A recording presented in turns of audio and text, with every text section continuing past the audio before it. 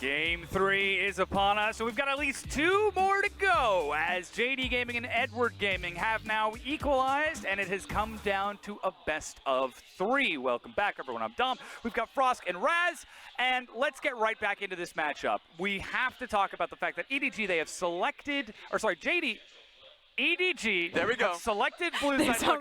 There's only 2 teams, Dom. Yeah, the 50-50 coin flip. Look, I've been in through some multiple choice questions, and the ones that are wrong are the ones you erase the first answer. True, false. You got to do one of those T's out of it. Anyways, EDG have selected blue side. Rise was a huge priority pick for them in game 2. Do JD Gaming let this go through for them once again? Because we talked about how it band-aids the properties that EDG have had problems with in the past. I mean, it's going to be really telling because they were fine to let the Rise go through as well as the Kai'Sa. Like, you could tell that was what the priority pick was going to be. I assumed it would be Kai'Sa. They got both anyway, yes. And they had the Galio. Normally in the LPL, you see it's either the Zoe or the Galio when the Rise comes through because they're champions that can follow the Rise around the map and try to just be as impactful. So the mind game's going to be, for me, not necessarily do you take away the Rise, but which one do you value more, the Kai'Sa or the Rise? Does Yagao have faith that, okay, you know, I can take the Galio into the Rise matchup again and this time just be a bit better on the rotations, or the Rise is completely out of control, I'm going to deny it away by taking it? And that's the real conversation because JDG went out there and picked in the Zyra Khan. Globally for so long has been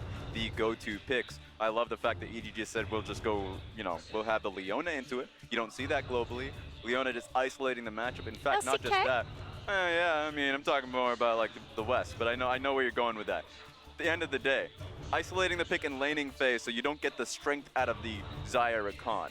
And then in the mid game, where yeah, Rakan comes in initially, but she'll out-survive it and respond in a counterattack of her own. I mean, frankly, I don't think JDG should really change up their draft that much. I do think that it came down to misexecutions, you know, bad calls onto the map. Because ultimately, if that Rakan, if they were in a position where they didn't fall behind 10k gold before they had their core itemization and just had to kind of stall it out until it was a 50-50 team fight flip, then Rakan becomes much more valuable, and it makes sense why they go for that pick because he can force those fights. But for a huge portion of that game, JDG were like, yo, Lumao, we can't fight right now, we're too far down, and he's just sitting there on this big power pick like, well, I guess I'm just gonna sit here for 10-15 minutes until you guys are ready. You guys ready? Okay, let's go.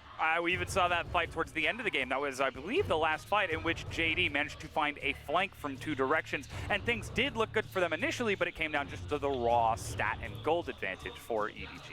And so Kai'Sa, 100%. Goal is on Kai'Sa and Rise. Well, guess what they're going to be able to do? And even in these front-to-back situations, the reason why Kai'Sa has been so prioritized in the last few days, if not week, is that she can change positionings from either being amazing front-to-back or just at a flank. And it's always on the individual, the AD carry, that really decides how those fights being played out, which is why it's been such a gift to see Uzi play, Loken play, iBoy on the pick. And so I want to see if that's going to be the same priority, because while we won't see Rise and Kai'Sa be on one side, it's not going to happen. We shouldn't see it. It's not going to happen. But who ends up picking up the Kai'Sa first? So then we have to get back to the question that you mentioned a moment ago, where if we're going to expect a similar draft, maybe JDG give up the Rise but then take the Kai'Sa for themselves. How do they also look towards changing that execution? Because the Dumpling duo are still putting on a good performance. I'd say if it starts with the Rise pick, if you're going into the Rise with the Kai'Sa, it comes down to empowering Yagao a little bit more with the Aurelia. Aurelia was so crucial in the first go-around. A bruiser mid lane so you can make it so it's difficult that Rise can get any damage or stun across the mid lane. Maybe go back to the Galio, survive early on to make it difficult for Rise to execute in these team fights. I disagree a little bit. I don't think that their focus should be on Yagao, because I think that Yagao versus Scout, it will come down to a skill-based matchup. Whoever got the better champion is probably going to win out there. They're both talented mid laners. I actually think it should be between Ray and Zoom. I think Zoom is just clearly better than Ray. He's got a wider champion pool. He proved it that last game. JDG, go all in on Zoom. Let him dominate topside. Well, now it's time for us to find out the facts and see whether it is going to be JD or EDG who take this game 3. But as we go, Zoom himself is going to share his thoughts. Oh. 今天我们要对阵 EDG 了。然后因为前一段时间我们在 BO5 中刚赢了 EDG， 所以我觉得我们最近的状态是比 EDG 好的，所以我相信我们只要发挥正常就能赢上这场重要的冒泡赛。Oh, and then victory will be ours. Fantastic. So all you'd like to hear from Zoom, but here's my hot take. I think it is part of the dumping duo. You know, they're great with Vinegar, but 10 out of 10 without Rise. You want to take away that Rise from the enemy mid laner. Don't let Scout have that one. Don't let him rotate. Don't let Scout be strong in that mid lane. And then, yeah, play around the dumping duo. I definitely agree with that. Rise is that big champion in the meta so far, but you also have to remember they could take it away as well. Now, that would risk EDG not first picking it, but, you know, JD Gaming, they could do it. I have to say, JD Gaming, throughout their playoff run, their bread and butter has been the Rise in Tom Kench. They're going to ban it. Yeah, I've got a spoiler for you there, because I just managed to see it in the corner of my eye. It's going to be a Rise ban. So there we go. Got the script ready to go. It's going to be the Alistair ban alongside that here for JD, and EDG going to lock away the Tam Kench, the Aatrox, and also the Gragas, and Akali will be the final ban from JD. All right, two things I want to see JD Gaming achieve in their draft. I would like to see them try to deal with the Scion so far, because honestly, I feel like Ray has just been given a free lane. It doesn't really matter how bad his laning phase actually goes. If he has a Scion, it's fine. And the other thing is try to rectify the bot lane. You can't lose your tower in a straight 2v2 scenario. First pick of the Xayah, though, for EDG, prioritizing iBoy into the bottom side, actually. This is another great draft bait. They're trying to tell JD Gaming, I know you want the Rakan, but if you take the Rakan, I'm going to have Xayah Leona. And that's a terrible lane to go into for any matchup. JD, they're going to lock in the Camille. That's actually taken away from them in the last 2 games, actually in the second phase. So lock it down now and power the top side of the map. I like it a lot. Yeah, we were talking about this during the break, that Xin Zhao is a go early or bust type of champion. And if both games have gone early for EDG, you might want to look for something different. The Rakan is still locked in, even without the Xayah Rakan duo, and the threat of Mako's Leona hovering above him. I mean, they thought about it. They locked in the Camille, waited down the time. It's like, should we? It's fine. Lumal has been performing so well this series. We'll just try and make it happen anyway. EDG locked down the Galio towards the mid lane, actually removing it from Yagao here. And now, I would assume, Leona. The Scion. Scion? I actually feel like Scion probably is more important for EDG right now, because you can't really think of a pick that you can just throw into the top lane and it's like, it's fine. So Scion is going to be the one. It is about neutralizing the matchup difference between Zoom and Ray, so I applaud that. Well, do you feel like JD just got away with murder then? Because they locked down the Xayah first, they come in with that bait, but then Rakan's taken away and now they just ban away Leona second phase. You're right, but you know, I feel like there's more important things in the matchup for EDG, and that's the top lane. It takes away the win condition from JD Gaming, and for EDG, they're probably confident enough where they're going like, okay, we're going to force a ban on the Leona. Yep. That works for us. We're still probably going to win the bot lane just because we're better players. And we have seen in the 2v2, they have consistently outperformed Loken and Rakan. Yeah, that's fair. I mean, we're looking towards that Kaiser pickup from JD once again. I know we were talking during the breaks, like, would like to see something like a Varus, you know, something that has some priority and actually just trying to stabilize that bottom lane. Because think back to the series that they played last time around, JD actually getting the better of them in the first couple of games in the bottom side. We're expecting, you know, similar things coming to that second best of 5, that rematch, but so far EDG being straight up winning that bottom lane. Honestly, we've seen very similar things from RNG compared to JD Gaming. When they get the Camille and their Kron, it's level 2 gank all the time. Now this time they're on red side. It's a bit harder to execute for them, but that's still the general philosophy. You want to snowball your lane super hard with the Camille, and she does provide you with more engage compared to the Xin Zhao later on. Now remove Olaf, again try to help out the bottom lane right there. LeBlanc will be the ban towards Yagao here. Now Yagao, we're going to see him not on the Galio. Feels good, because we know there's lots more in this champion pool. Zoe comes to mind, the LeBlanc comes to mind as well.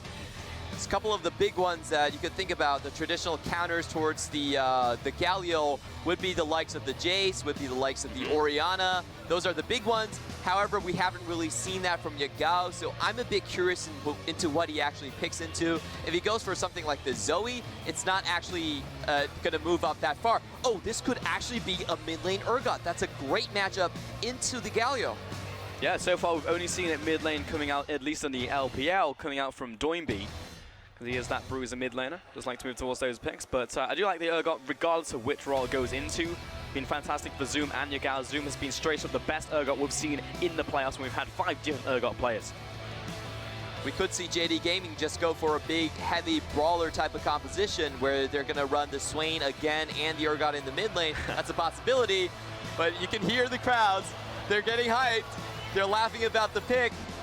they're feeling the sense of clear love, and that's the Evelyn we were all talking about. He literally just hovered like Evelyn and then like Rek'Sai, and it's like, what's happening in game 4? Yeah, we'll the entire see. crowd just behind us was erupting in laughter right there. Kindred, it's going to be Kindred here for Haro. We were wondering whether that was actually going to come out for him at all. It's been one of the champions he's been extremely strong on in the summer split.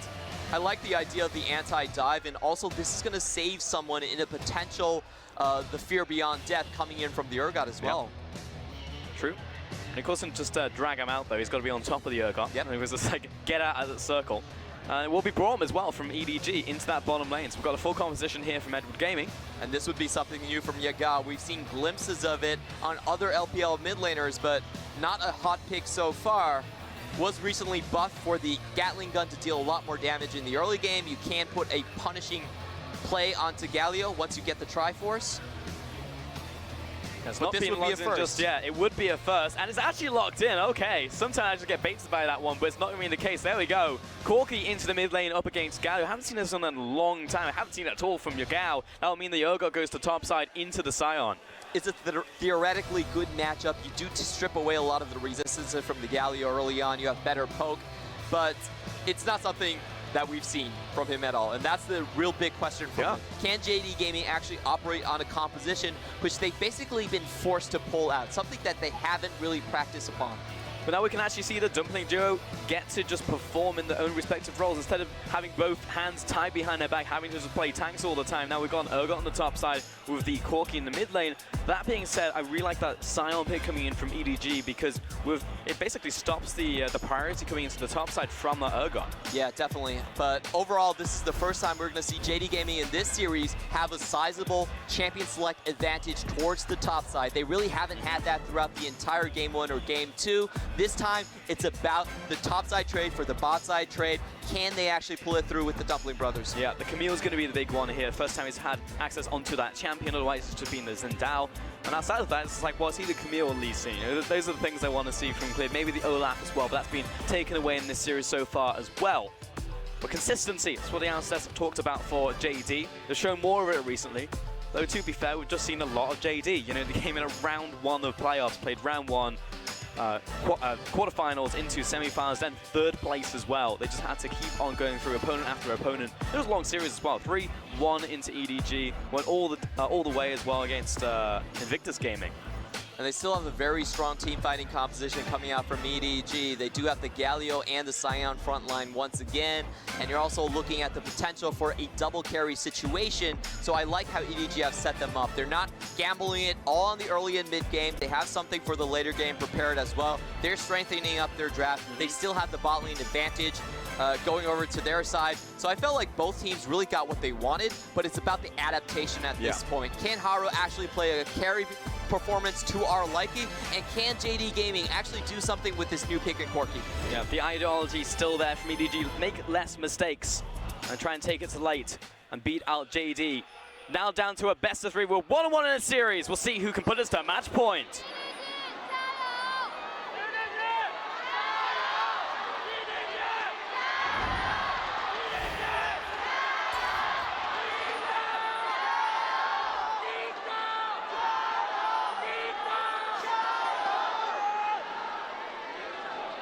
Well, the adaptation has come in from EDG's fans right there. They've actually gotten the chance to get it, but JD, they're just well ahead of the curve. And I've never heard a stadium so split before. They're thinking about the old guard of EDG. You've seen these guys perform for so many years. There's emotion in that. There's a connection between the LPL region and this team. But on the other hand, you look at JD Gaming throughout this entire year, and you have to think, maybe this is the stronger candidate that we send to Worlds. So you could feel the Chinese community. They're really not sure about who to root for here. I mean, honestly, it feels from this arena that they're just saying that it seems like the dynasty has done. It's time for a new era. And they're ready for it. You know, they're already behind and backing JD. Thumbs up from Ray. We've seen in his brush as Urgot's going to just waddle to lane right here. Going to have once again the Unsealed Spellbook on the Urgot. Just to take a look at the adaptation so far, JD Gaming is actually going to get the push in towards the bot lane. They didn't have to leash for their jungler. So we should expect a little bit more aggression coming out from Clid as well. He's going to have the support of his lanes. And it's about that mid lane as well. Corki into this Galio pickup. final pickup coming in from Yagao. They're moving towards the bottom side of the map, already pushing in from Lokun and Luma. A little bit unfortunate for Haro. The RNG spawn of his marks does go on towards the bot side, so he's not going to be able to pick the first rotation up. Uncleared will be able to just take away the Krugs right here as well. Haro also get the top crab.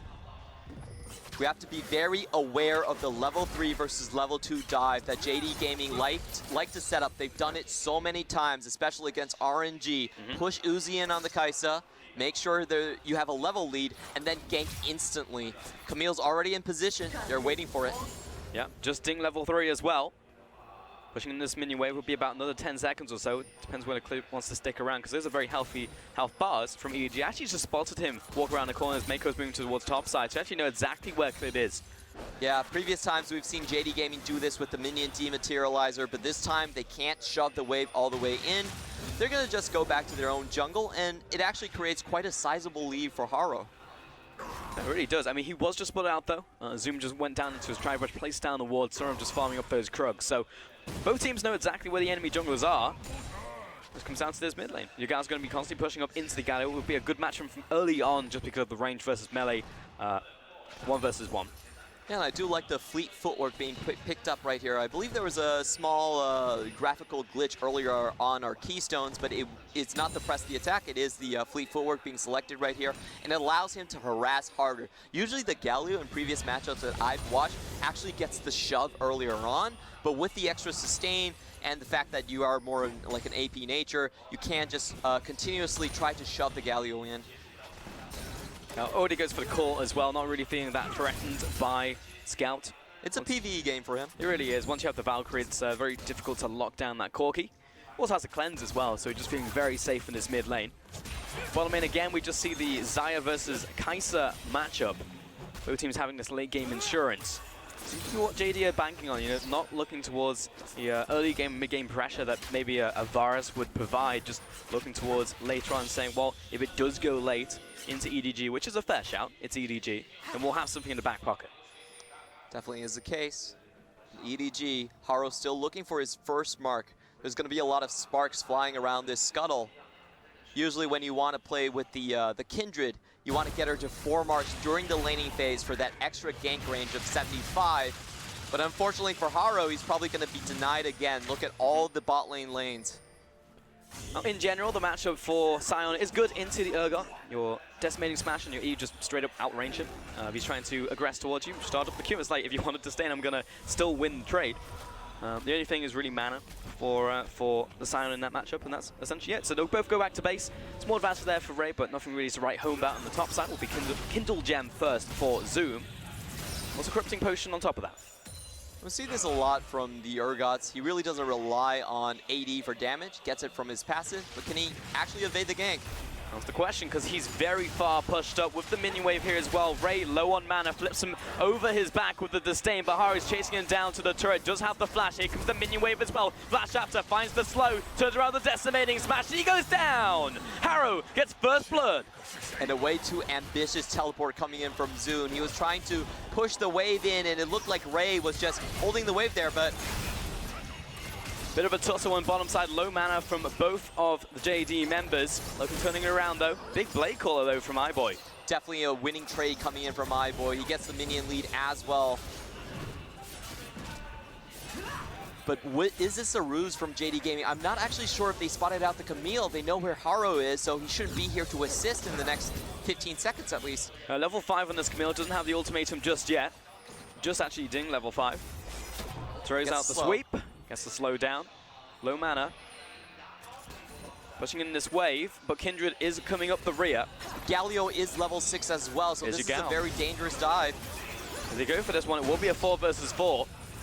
JD are thinking otherwise to make sure they don't get collapsed on in this tri-bush. Be a bit of a stare down, but neither teams really want to execute. Yeah, they really can't get it done right there. Haro, even though he's not level 6, he will provide the extra slow and damage. And of course, Scout coming in with the hero's entrance. That's not a winning equation for JD Gaming.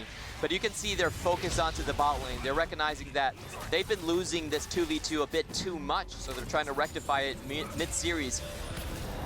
Yeah, first back's actually coming for the AD carries at 7 minutes. Pickaxe from Loken BF sword from iBoy, moving towards their first item. Start playing once again. Just a bit of a farming frenzy, looking towards mid-game really before any action happens. Just that first blood to EDG. What I'm really curious about is the Corki potential to play the side lanes. Now, something that Yagao does is that he actually sacrifices a lot of his own farm and he plays more like a frontline. I want to see if he can pull off a Knight performance on the Corki. Can he go into the side lanes, just use the extra gold lead that he's acquiring in this mid lane and try to spread the map out? That's not a play style that he's particularly known for. He's a great Galio, he's a great roamer, he's a great assassin, but a side lane split pusher is what you really need to do if you want to play Corki to the maximum potential. Yeah, I mean, they're going to have a lot of firepower come late game between the Corki and the Kai'Sa. Good tank front line coming in from EDG as well. My boy standing and delivering with the Xayah. And Haro actually getting a shot at the Kindred as well. And we'll just tanks out of him. So a lot of just change-up actually from both teams in terms of just the individual picks coming for these players.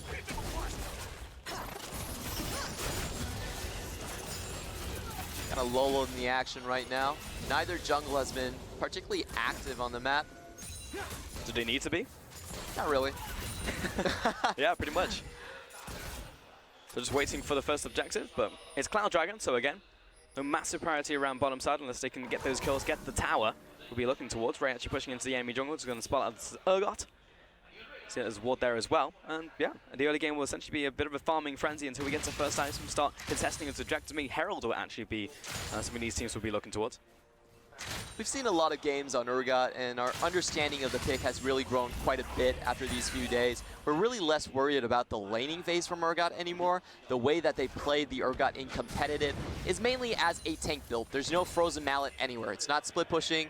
It's all about just being a front line. You go into those team fights, and you can deal massive amounts of damage just through your Echoing Flames passive. That's the key thing about the Urgot. He's a juggernaut on steroids. He can run into the team fight with the Unsealed Spellbook, and he doesn't need the damage items to actually dish out anything in return. And that's a big reason why we see him over and over again.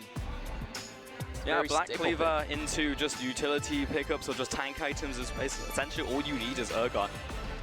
And he just does a bunch of damage in teamfights. AoE Shred coming out from him is just so good into these tanks nowadays that you're seeing coming to the top lane, but Sion has also come up as a great answer to him in the laning phase. It was actually popularized by JD, in fact. They were the ones to bring up the Sion first. They brought it with a Graves, if I recall, into the jungle, and they just smacked him in laning phase. That's a way to keep the Urgot down. We saw great rotations come out yesterday from RNG, actually, who just rotated around the Urgot. and Urgot was level 2 when everyone was level 6, and that was just a bad time for him as well. So there are ways to deal with him. Also nice in the front to back when you just have that stare down in mid, going for a bit of an ARAM.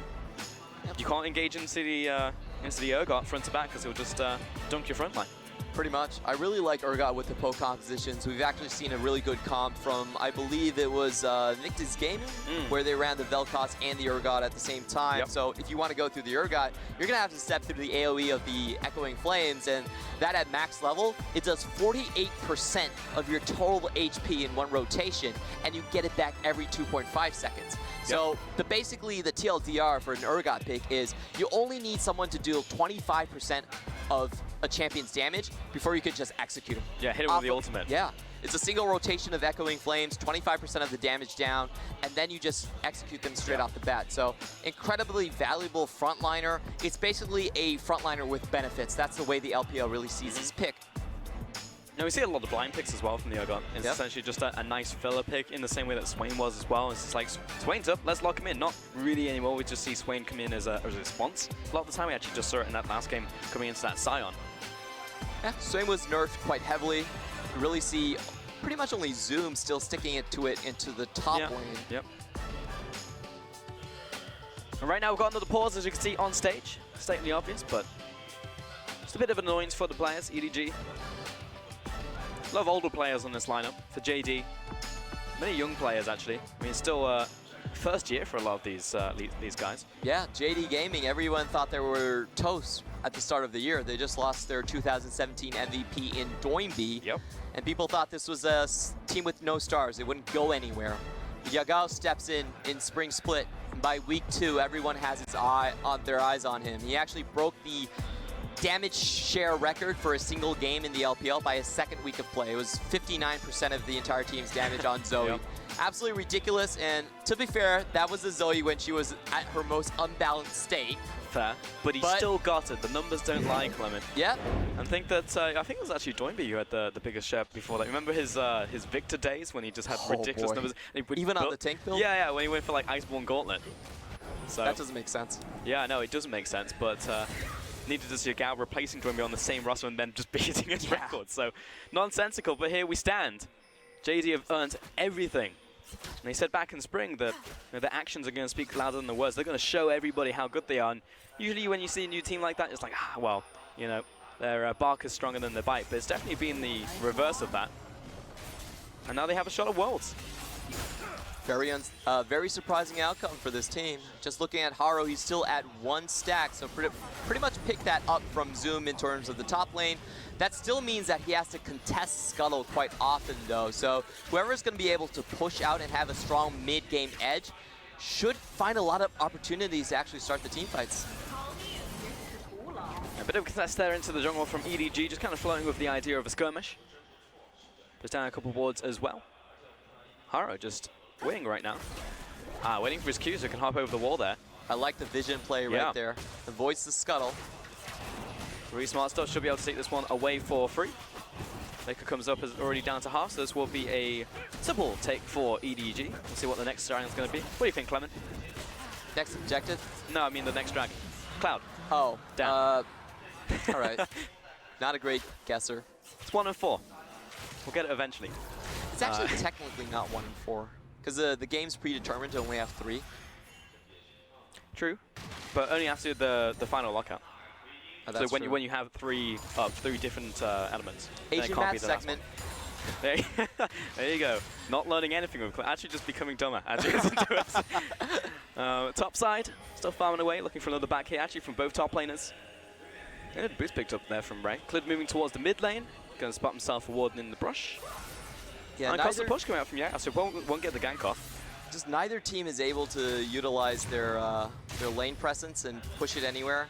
Yep. Like EDG has an advantage in the top side. You just saw a Ignite going down. Yeah, you know, it's a good time with. Usually you do that into like a Vladimir matchup. You'd lock in the Ignite. It's like, all right, I've killed right now. Now you're just trying to be annoying. It's like, take this, get it out of my rotation, and it just goes back to base. There you go. You might as well use it. You have Unsealed Spellbook anyway. It actually reduces the cooldown and lets you cycle back. So. No reason not to. Yeah, Ray's actually going to stay in lane, pushing in another wave as he sees Zoom go back to base. He's actually just completed his Black Cleaver. That's a very early Black Cleaver because he just straight rushed. He went for boots out of his runes, so it's before the 12-minute mark with Black Cleaver. That's actually a pretty huge spike. I'd be surprised if JD don't try and leverage this at least around top side. Bit of a contest now. Clid manages to find that secure. He's getting chased out. Flash comes out from Scout, and he will instantly get the kill. And the difference there was the warding coming out from EDG. They had full vision of Camille even inside the brush, and Scout was ready to assist. Yeah, really not. I mean, there was a very heavy committal from Clid to just kill that crap right there. Yeah, just didn't want to give them the marks. Yeah, but now he's going to lose the Herald. He got the mark. He got, there you go. No, it's definitely an EDG's favorite right there. 100%. Yeah, they're actually now moving their dual lane to top side, Iboy and Mako. In comes Zoom though. Just saying hello. But yeah, this will be Herald down. Clean for EDG. And Ray is fully swapped up. Yeah, now JD are moving behind Temper towards top side as well. Lumar just went back to base, picked up a final item before looking to rotate. Love the rotations coming out from EDG. Once again, they're leveraging their strong top side, and they actually get an extra push in the bot side as well. So they're actually coming out of this ahead not only in the objectives, but in the farm as well. Yeah, I could actually see Kindred moving towards the bottom side, probably just going towards the red buff, but it might be an opportunity to place down the Rift Herald into the bottom lane. Yeah, multiple on the way pings, so there's a possibility they could set up a play. Clid in the jungle just completed his red buff, moving towards top side. It's going to be really hard for Clid to actually find a play. Just look at the vision down there. Rakan's probably spotted out. Does use his, actually doesn't sweep, but let's get one of those control wards down.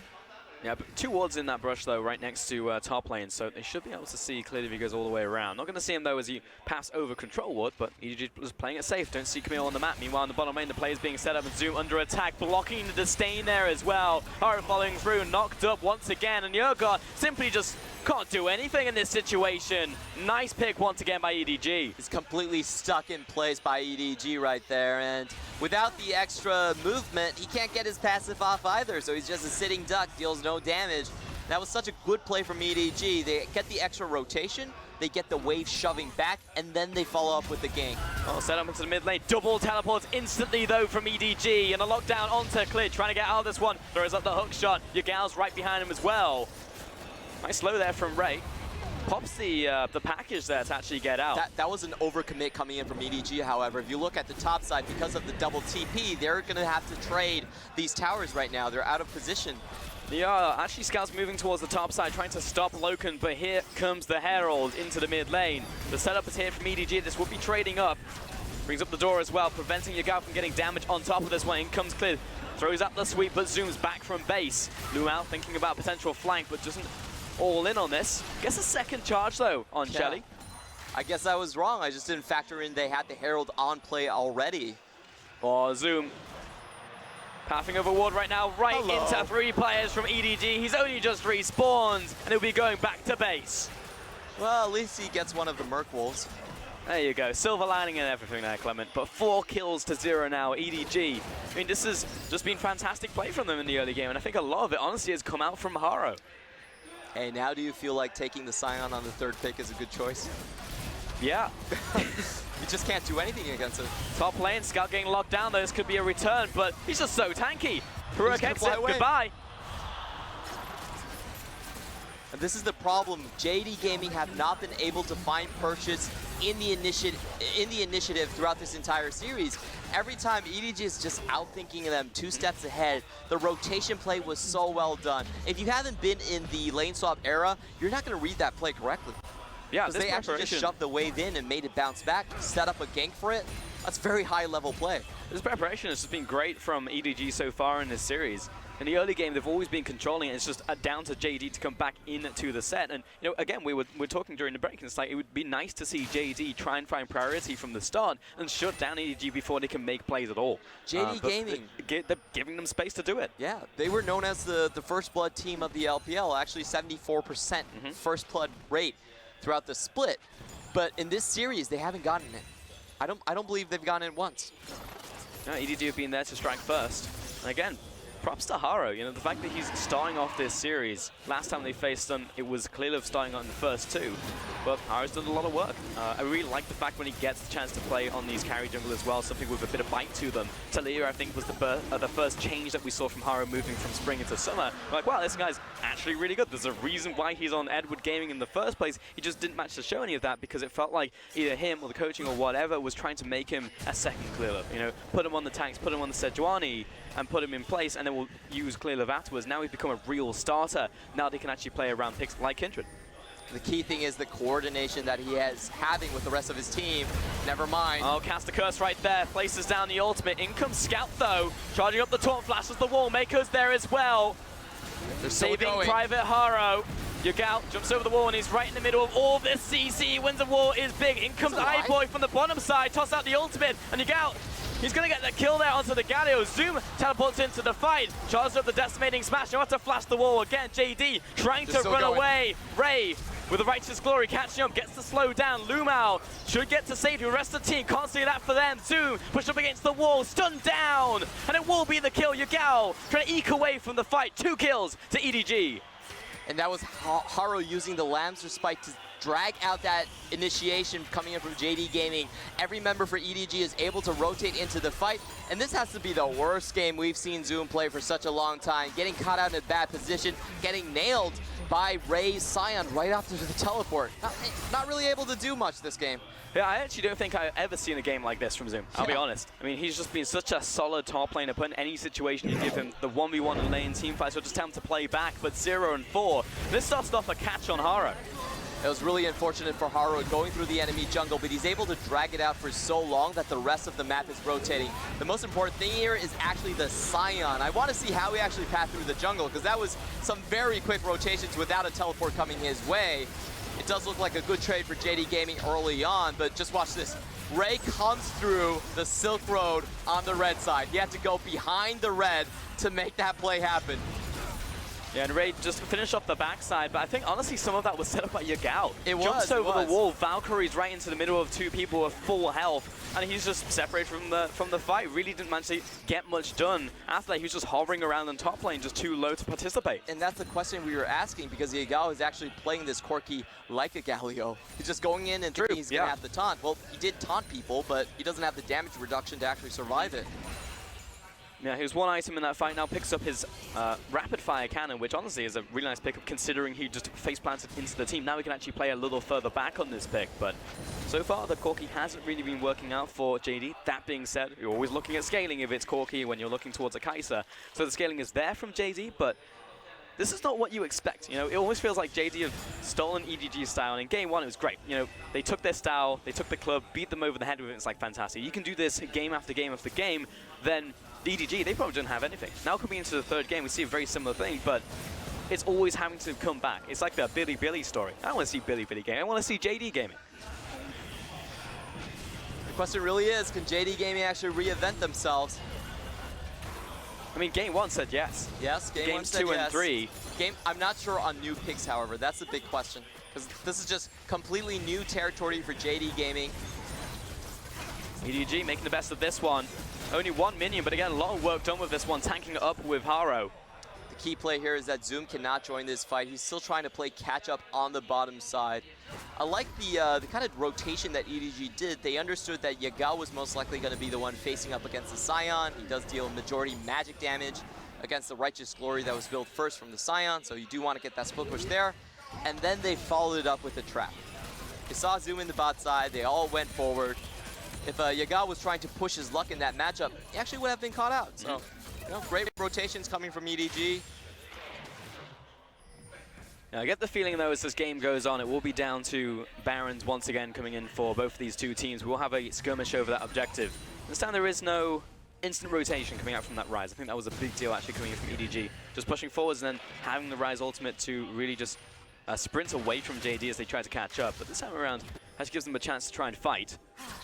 EDG with a 3,000 gold advantage puts them ahead of their opponents. But scaling is definitely over to JD if they can get there. For JD Gaming, it's not going to be an easy team fight, even if they keep this gold deficit stable, because they're going to have two initiations. Ray's coming in, Ray double just teleport. teleported right behind Loken, comes out the Killer Instinct, and Luma's right alongside him. And here comes the teleport out from an ally as well. I actually just killed Klid in the jungle, though. Yagao standing on the ward, he should be spotted. Yep, jumps away with the Valkyrie. I want to see how that kill actually happened to Klid. Looks like it was just in rotation. That's the worst possible timing. 22 minutes on the clock, and EDG instantly turned towards the Baron. There's no smite now on JD. There's no blasting cone as well. Ray is going to play keep away right here. 4 members, but Yagao is still alive. He can deal a lot of damage. Yeah, Loken pushing up Lumao around the side. Zoom getting locked down, though, comes out of the disdain, but here comes a massive charm and a massive knockup coming from JD, but do they have the damage? Seems like the survey says no. Yagao turning around, and EDG have been stopped from the objective. Yeah, that's a key point right there. Lumao played it about as well as you possibly could, and he even had the smite ready for the challenge. Quick thinking right there from the Unsealed Spellbook. You definitely don't expect that. 8-1 and EDG like the play. We'll probably see how that pick happened. Yeah, Klid just trying to rotate. Hit by the Winter's Bite, yeah. No getting away from that one.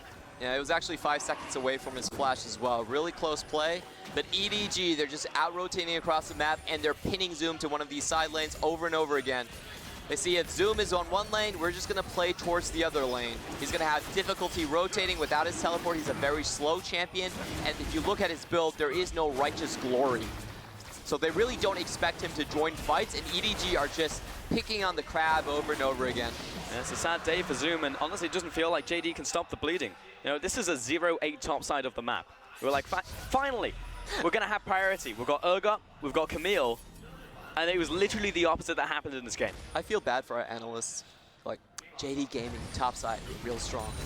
But this is what EDG can do. We're not lying to you. Yeah. You know, I feel like lying to the viewers. This is not how it usually goes. This is literally 1 in a million. In terms of individual player strength, you absolutely give it to JD Gaming towards the top side, but EDG, I think this is just their experience, their playmaking ability. It's really rare to see EDG play this well together. We haven't seen this for quite a long time. They've lost a lot of their bearings in the 2018 split. Oh, hello. Oh, he gets it. Literally jumps in front of him and gives him the thumbs up. Cheers, and mate. the emote. Oh, boy. Yeah. I think they're going to ban the I mean, Scion. there you go. Got some french fries in the end. You can do a lot with the humble potato. It's just too annoying. It's a massive dampener for JD Gaming. They can't do anything in the top side. I feel like Zoom's getting frustrated. Of course he is. He's 0-5 on Urgot. There's no way he's not feeling frustrated. And again, it's that experience that you talk about, but this is still a very different Edward Gaming. Like, we're looking at Haro. He's been the star player of this game, 4-0-4. Well, Haro's not been with the organization. But where's Clearlove? You know, Clearlove's meant to be the person at the front of this. Mako even being the shot caller, but so far it's actually the new people you're bringing onto this roster actually coming up trumps. And it's been the synergy between him and Ray that we're really looking at. At Spring, they actually had, gold-wise, the worst synergy possible. A lot of times, Haro is actually giving up deaths to Ray's lane opponents, and that's why Ray had the worst GD at 15, over 500 gold down.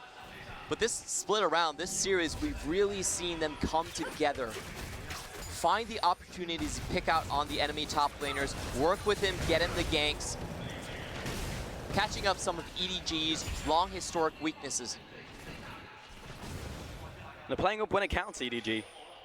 They lost in the playoffs, unheard of, honestly, in the organization's history, but the fact they're able to come back just, again, speaks towards how strong they are in the end. The fact they can constantly bring on new players. Yeah, this has been the worst playoff performance for EDG ever. They've never finished this low, 5th and 6th place, because JD Gaming took them out in the quarterfinals. Right now, going back to the game state, it is going to be about JD Gaming and EDG battling over that red side ward position. So far, EDG have been able to find picks again and again, but Zoom finally has his teleport back in place, so he can finally look to join the fight. And I want to see how EDG actually tries to wrestle away the vision from this sector of the map. I want to be grouping up, pushing in there, but difficult into cleared Lumao. There you go. Grouping up Haro and Mako. Join with Jua support. We have to clear out a lot of this. Bottom side, Ligan's going to get his blue buff. Now 2.5 items. Bottom side, 2.5 items. JD is still scaling, but it feels like they just need more really to crack EDG's front line. And this is a massive win for EDG because a control ward in the bottom side of the map spots out the Dumpling Brother duo. That means a clear go-ahead to go into the red side of JD Gaming. Again, EDG are coming out ahead just because of the vision that they're placing. Cleared, sat on top of this brush, and it's just an easy collapse once again. Cleared, getting caught out in the jungle. And that's a position where you have to assume there were wards before. A bit too easy for EDG, honestly. 0-9 top side. All of the kills from EDG, crushing the top side of the map. Here comes a contest from JD, but EDG might look for the turn and burn. It's down to 4,000 HP. In comes Scout over the wall, zoning him away with the taunt. Trying to get this steal off. Lumao into the pit, but it's not going to happen. Flashes back out. JD needs to look for damage control right now, but Zoom has to kite back on this one. Lumao trying to protect Nugao, getting chased out by iBoy. Flashes forwards onto him. Now he turns on towards Zoom, but he's already dead. Over the wall, Lumao escaping into enemy territory. Here his entrance comes in once again. But it's a massive win from EDG. It's a 1-for-4 trade so far. Sorry, 1-for-3 trade. But could be, oh, Lumao actually gets out. Behind enemy lines. Private Lumao. That's the only silver lining out of that entire play. Baron, multiple kills, complete domination so far by EDG. Yeah, and you have to remember, Haro was holding on to the Lance Respite the entire way through. He didn't even bother to save Ray in that fight. Mako is such a good champion against this composition. He's blocking Ray all of the range damage. Lumao tries to go in. He actually has his Ghost instead of the Smite. So really can't contest that point. And this is just an easy initiate from EDG. They have Ray go in. They're chasing Loken to the wrong side of the map. Not much JD Gaming can do. It's a scary sight when it's literally a Xayah trying to run you down when the Xayah is pushing forward into your mid laner. And iBoy's just an absolute monster right now. 3 items. And just doesn't even need the protection of his front line to still dish out the damage. That's what Stormrazor does for you. This is just such a textbook game from EDG. This is the old EDG that we really want wanted to see throughout the entire split. I felt like 2018, EDG had to reinvent themselves. They had a lot of problems with actually just synchronizing their players together. But this might be a bit of a return to form. The cleanest game they played in ages. Hey, better late than never, right? It took a long time. They've gotten it together. For the final hour, EDG pushing down into the bottom side with this Baron buff. Easy inner turret take, and they'll just be rotating from lane to lane, just trying to get more of these now. JD looking for an opportunity to come back into this game.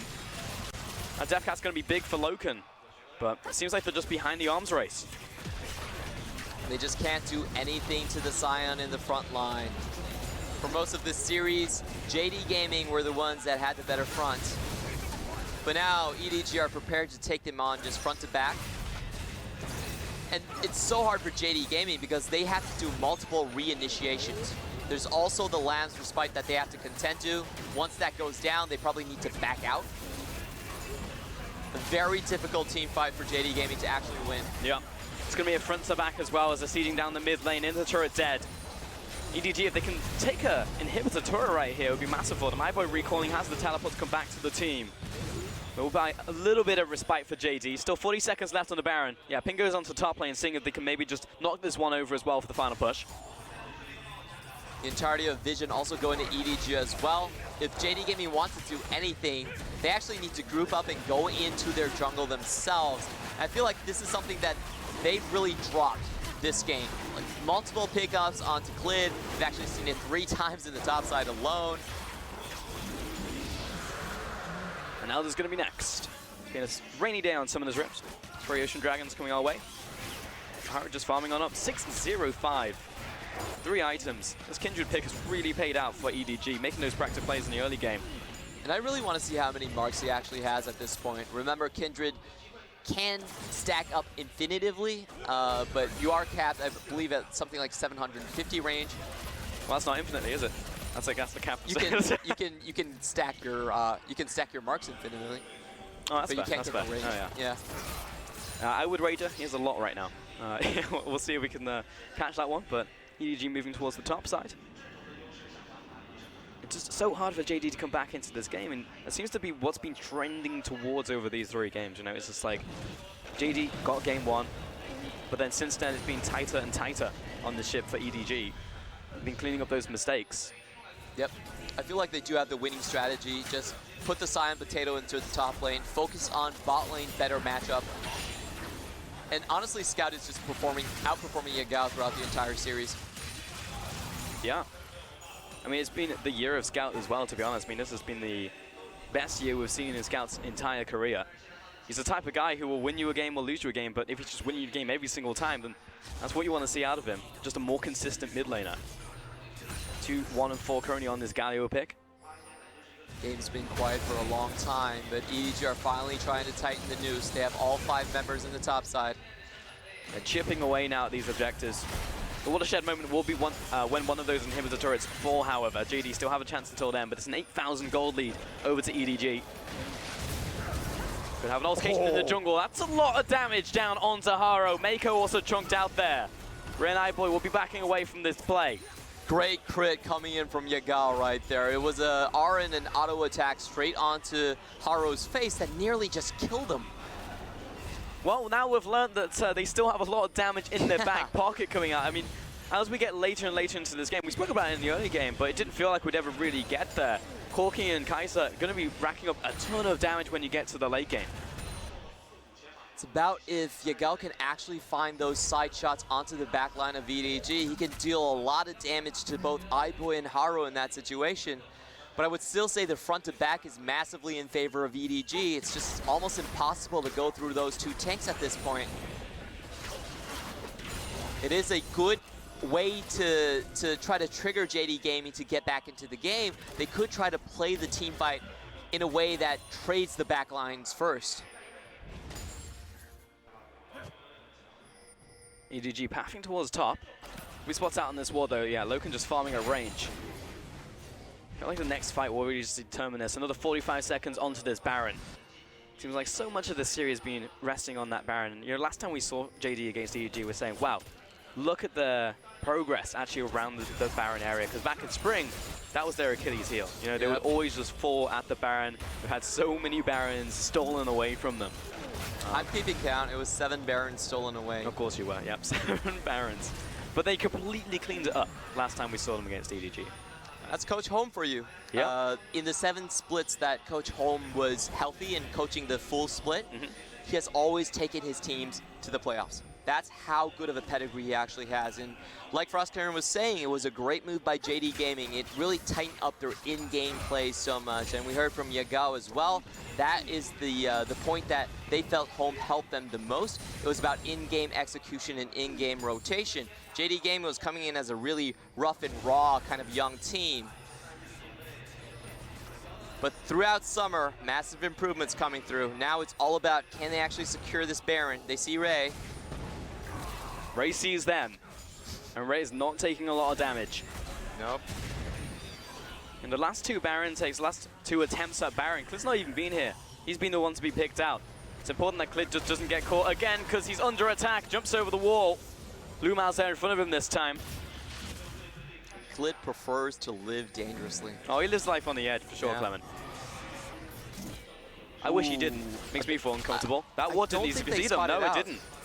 And it's seeing Haro over the wall, so yeah, I mean, we will jump back and spit. Now they know it's being activated, but look at this flank ward coming in from EDG right now. It's Scout right behind them.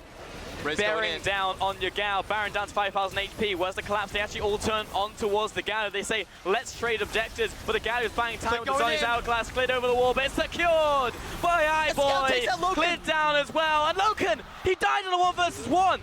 JD Gaming split focus, but EDG come out ahead on both terms. That was a single rotation and Loken was down. Loken thought that there would be teammates backing him up and tried to at least trade back the scout kill.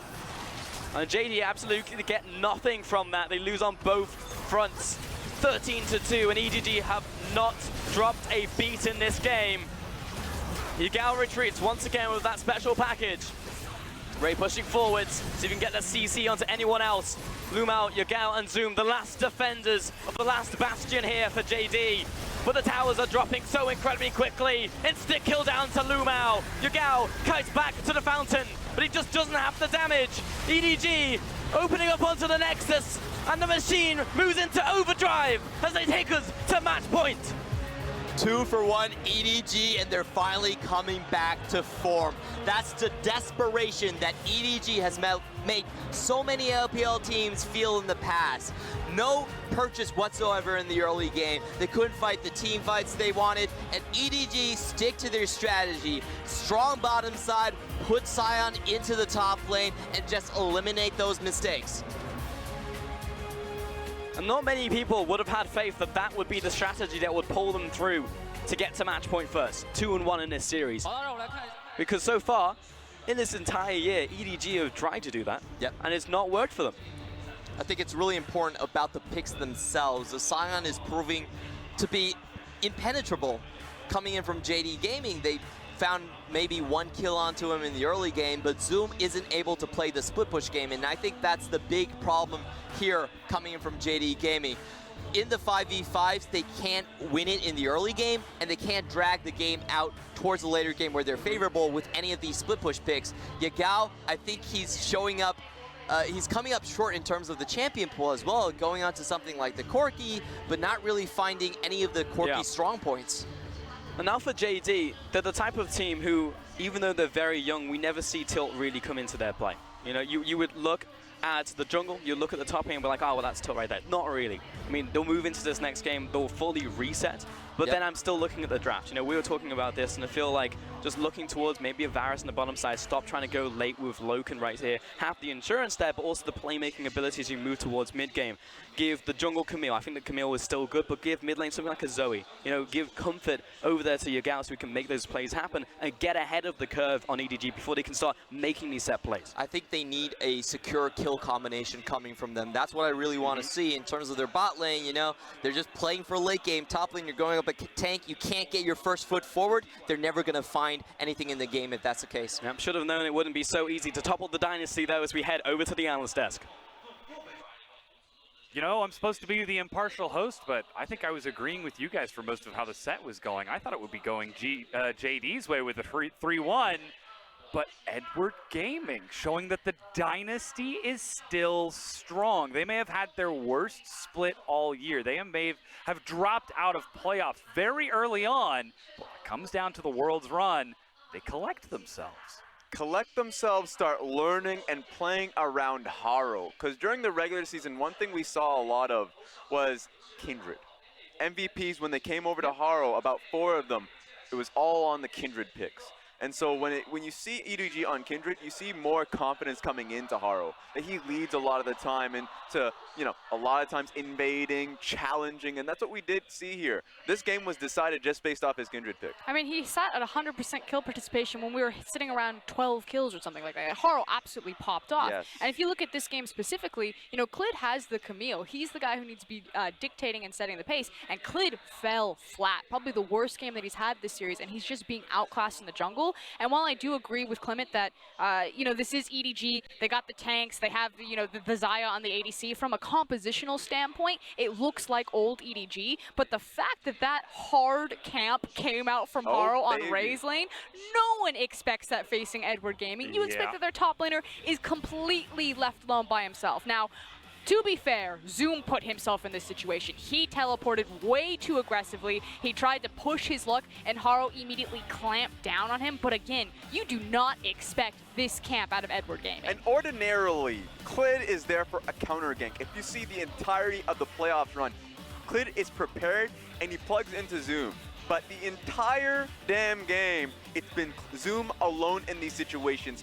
Down in the dumps, 0 and 4, 10 minutes, it was really difficult. 0-10 bot lane at a portion in that game. You're like, ooh, excuse me, top side of your map. Yeah, and meanwhile, Loken is just sitting there like, guys, I can scale if we can hold it. Turrets, but they never got the opportunity because EDG, that's where they're their most comfortable. They're the tempo team, they're the control team, and it wasn't necessarily set plays around the bottom lane. As we said, it was about Haro. Yeah, following Haro, because you said it, 0 and 10, top side of the map. So even though right now, you said, yeah, JD, they're trying to scale up for their, not just for Loken, but also for the Corki. Yeah. It works. They were getting their items, but they were losing so much of their jungle because Clid had to get pushed off. In fact, when Clid was moving towards the top side to help out what was going to be a collapse from EDG, he dies himself to the bottom lane. This was the play. This is what the issue was, because he's trying to help out the entire game. He's trying to help, but this was the problem. Completely warded out, and that was the result. And it looked for a minute, though, that Edward Gaming were maybe playing a little bit too slow once they get past that, you know, 27 to 35 minute window when they're trying to set up the Baron. And I want them to kind of push the pedal just a little bit more because they're finding momentum. You know, time and time again, JD Gaming are unable to stop them in the early game. And so EDG should feel this confidence. They have no answer for us now. Haro is playing with momentum. He's playing with that confidence. He's able to camp either the top side of the map, the bottom side, the mid lane. Like, they have a run on this game. Now just really step on JD Gaming's throat and show them that you have the experience. And here's the story of the series, because we talked about iBoy in the recent game. This time it's Haro plugging in. So while Scout still performing strongly, it's the rest of the team that's coming back up. We had faith in their mechanics. Now it's really just paying off in the fact that they are together, playing together. One of the Baron fights that really ended this game, for me, it was Scout coming through on a flank, but it was the fact that he's willing to play the Galio, play supportive, because the utility that he brought was crucial because he had the faith that the rest of the team would come through. To be fair, though, we've expected that type of playstyle from Scout all split long. His, I remember the famous Galio teleport play that he made, which was just the most crazy flank I've ever seen. Scout has been playing out of his mind, but we don't expect people like Haro, from 0 to Haro, for him to step up and start performing like this. Yeah, that one feels bad. That's a salt on the wound. Miscalculation. At that point, he's like, most mid laners are like, guys, I'm giving myself for the team. Yeah. But in that situation, he's able to get the job done and get out of there. MVP goes to Haro. Surprise, surprise, after that excellent game. And in all of the material that we've seen coming into this matchup, Haro has been looking nervous. He's been looking very tense, but that's the smile I think we're going to expect to see from him when he returns to the Rift. And all the Edward Gaming fans should be smiling as well. This is what we've wanted to see. You know, it feels bad to say goodbye to the era of Clear Love, to close that book and that chapter, but Haro truly is the future of this organization, and you do need to default to trust at some point. I didn't know if it was going to be today. I thought it was going to be someday that EDG would return to glory, but right now they're looking very hot in this series. Yes. If they wanted to continue, it had to be today, at least for 2018. But this is the conversation we came to at the beginning of the day. If EDG wanted to actually compete, it would have to be through adaptation, through embracing the new, because that is what JD Gaming have done that have got them this far. Now we got to get to the big question. Can they bring it back? And to do that, I want to ask you guys a very important question. All We right, give it both to me. said it would be 3-1 Uh-oh. JD. Do I have to keep the jacket on? What's going on? You're That's a gonna little bit too hot. flip-flop. I'll let you just run wild. I will say, obviously, I'm going to now change it to a, I think it's a 3-2. We can even make it even easier. Goes to- Are we no. going to 5? It goes to 5. Okay. I still think JD take it. But with that being said, it's the biggest surprise for me is how strong EDG are playing around other individuals, that we did hold them into a Haro style. We said that Haro had to come in. I even brought it to the bottom lane. I was like, you know what, if iBoy and Mako come in, as we would expect them to at some point throughout the season, they would come out strongly. Haro now coming into the mix, that's going to be the difference maker. Now, 4 members doing incredibly well going up against JD. I keep waiting for you to say JD Gaming or EDG, but you really I didn't. already said He JDG said are taking JD, it. 3-2. But it will go to 5. I give you There's that. always a but. Oh, okay. When I bet against Edward Gaming, it's because I hadn't seen adaptation from them all year long. This series, finally, we're starting to see that adaptation. We're seeing the trust into Haro, so I'm actually going to flip-flop, pull Raz, and I'm going to go for Edward Gaming. Okay. I think Alright. that they've consistently shown that JD Gaming have nothing in the early game. I'm no longer the flip-flop person. She's just taking it. That's tag right there. She's got it. It absolutely is. But now we're going to go ahead and take a quick break while we get ready for that Game 4 between Edward Gaming and JD Gaming.